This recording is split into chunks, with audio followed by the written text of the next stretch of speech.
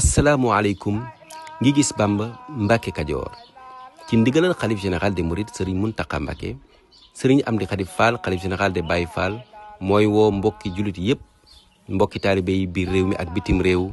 ngir teewe ak barkeelu ci liggéey bu yaatu bii nga xam ne mooy yeesal barab bii di ngi gis Bamba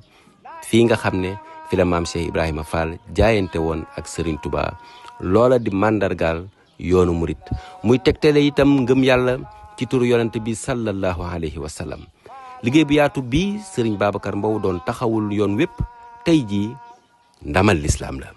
liggéey bi nag lu yaatu la ba yegg ci barabu dal muy résidence maam Cheikh Ibrahima Fall wàllu développement muy mbay mi ak càmm gi ak wàllu éducation muy daara bu yaatu bu nu fiy liggéey ngir fàttali kooko daaray Maam Mor Anta Sali ju njëkk ja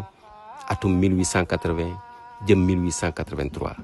18 novembre 2025 ngi gis Bamba Mbacke Kajoor ñépp lañu woo